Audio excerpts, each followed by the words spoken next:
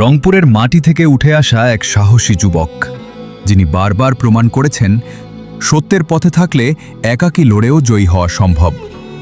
তিনি কেবল রংপুরের গর্ব নন, তিনি গোটা বাংলাদেশের তারুণ্যের স্পন্দন।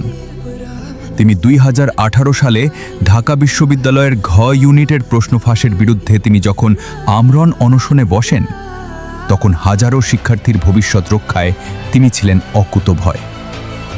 3 দিনের অনশনে শরীরের অবস্থা সংকটাপন্ন হওয়া সত্ত্বেও তিনি লক্ষ্য থেকে বিচ্যুত হননি।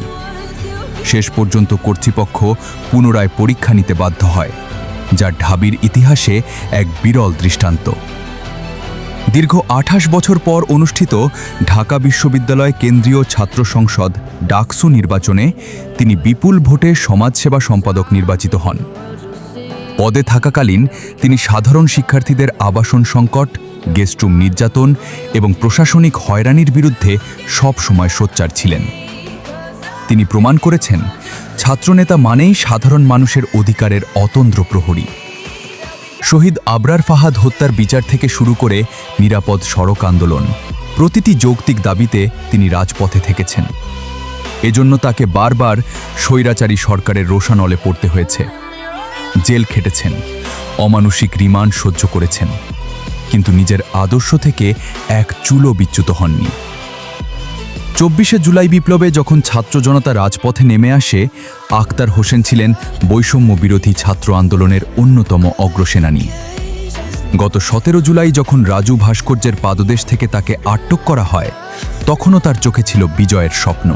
5 আগস্ট স্বৈরাচারী সরকারের পতনের মধ্য দিয়ে তিনি কারাগার থেকে বীরের বেশে মুক্ত বাতাসে ফিরে আসেন।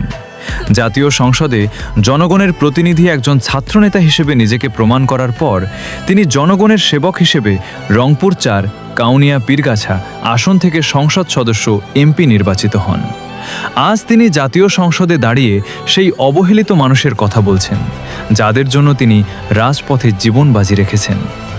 এমপি হওয়ার মাধ্যমে তিনি তার সংগ্রামের এক নতুন অধ্যায় শুরু করেছেন, যেখানে তিনি উন্নয়ন ও সমৃদ্ধির মাধ্যমে মানুষের আশা আকাঙ্ক্ষার প্রতিফলন ঘটাচ্ছেন। আখতার হোসেন কেবল একজন নেতা নন, তিনি অন্যায়ের বিরুদ্ধে এক জীবন্ত প্রতিবাদ এবং আগামীর বাংলাদেশের নতুন স্বপ্নের কারিগর।